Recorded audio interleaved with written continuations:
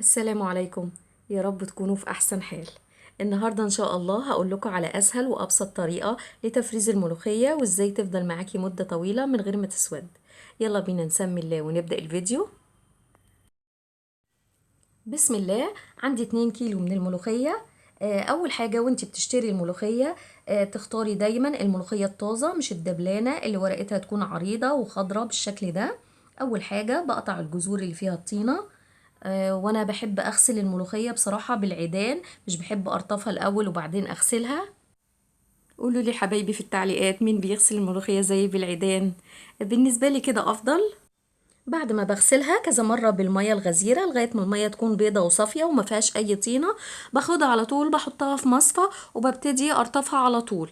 مش هاخد بقى الورق بعد كده واحطه في فوطة واستنى لما ينشف. لا، كده باخد العود بنفضه كده، بيتخلص من المية اللي فيه وببتدي ارطف على طول. وانا بقرطف باخد العود الاخضر الطري مع الورقة. العنقود اللي من فوق ده هو اللي بيخلي الملوخية مسكرة وبيعمل الملوخية عرق. بعد ما قطفت كل كمية الملوخية اللي عندي باخدها على طول وبخرطها بالمخرطة. ملوخية عندي يعني مخرطة، مش بفضل اضربها في الخلاط او الكبة. انتوا ممكن بتعملوها بأي طريقة تفضلوها. وهنا بعد ما خرطت الملوخية هبتدي اشتغل بيها على طول علشان ما تسودش. سبب رئيسي من ان الملوخية بتسود للناس اللي بتشتكي انهم بيخرطوها ويسيبوها مدة كده لونها يتغير. وهنا عندي حلة على النار رفعتها وحطيت فيها كوباية كبيرة من المية، وأول ما بتبتدي تسخن بنزل فيها بمعلقة كبيرة من السكر. السكر هنا هو مادة الحفظ، مش بضيف ملح ليمون ولا بيكربونات ولا عصير ليمون ولا أي حاجة من الحاجات دي بتغير الطعم. أنا جربت طرق كتير، والطريقة اللي بقولها لكم دلوقتي جربوها وبجد مش هتندموا، هتعجبكم جدا. ومش بخلي المية تغلي، بنزل بالملوخية بتاعتي والمية سخنة قبل مرحلة الغليان، ويا دوب بقلبها كده تقلبتين في المية تفك وتختلط كويس بالمية، وخلاص كده بطفي عليها النار. قوامها بيكون تقيل بالشكل ده. لكل كيلو من الملوخية بنستخدم نص كوباية من المية أو الشوربة لو حابة، بس المية بتكون أفضل، بتحافظ على طعم وعلى لون الملوخية مهما طالت مدة تخزينها. وبسيبها تبرد شوية دقيقة أو 2 من غير ما أغطيها، وبعدين بشيلها في أكياس الحفظ. بحط في كل كيس على قد الطبخة، وبقفل الكيس كويس بعد ما بخرج منه أي هوا زيادة، وببططه كده عشان ما ياخدش مساحة في الفريزر.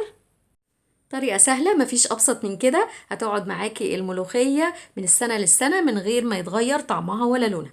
ودلوقتي هعمل معاكو الملوخية بكيس من اللي أنا مفرزاه من فترة. ده كيس لسه مطلعاه من الفريزر. هبتدي أعمل الملوخية وهي متجمدة، مش هستنى اما تفك.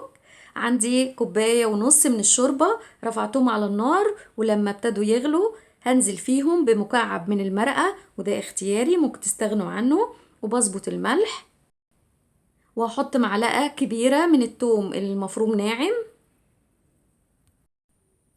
طبعا كمية الشوربة على حسب كمية الملوخية اللي تستخدميها.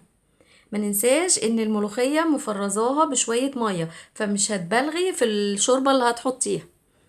وهنزل دلوقتي بكيس الملوخية دقيقتين 3 وهتفك في الشوربة. شايفين ما شاء الله لونها الأخضر الجميل، كأنها طازة مش متفرزة. وفي المرحلة دي قبل الملوخية ما تغلي هبتدي أعمل طشة الملوخية المصري العسل بتاعتنا. عندي معلقة كبيرة من السمن وعليها معلقة كبيرة من الثوم المفروم، وهحط معاهم معلقة كبيرة من الكزبرة الناعمة، وهقلبهم مع بعض لغاية الثوم ما ياخد اللون الذهبي الفاتح. وكبشتين كبار كده من الملوخية وهطشهم في الثوم، والله على أحلى ريحة، بجد بتقلب الدنيا.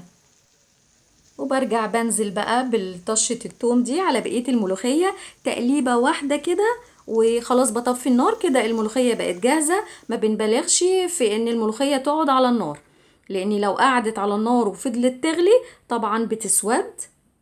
واكيد طبعا كلنا شطار وعارفين مش بنغطي الملوخية ابدا عشان ما تسقطش في الحلة. وناكل بقى احلى شوية ملوخية، طعم جميل ولون اخضر تحفة كأنها طازة. عملناها النهاردة بطريقة سهلة جدا، اتمنى طريقتي تعجبكم وتجربوها. وبنقدمها، ولو عندي شوية فضلوا من تقلية التوم بحطها على الوش زي حركات المطاعم كده. وكده الفيديو يكون خلص. اتمنى تكون طريقتي في تفريز الملوخية تكون عجبتكم. اسيبكم في رعاية الله، والسلام عليكم ورحمة الله وبركاته.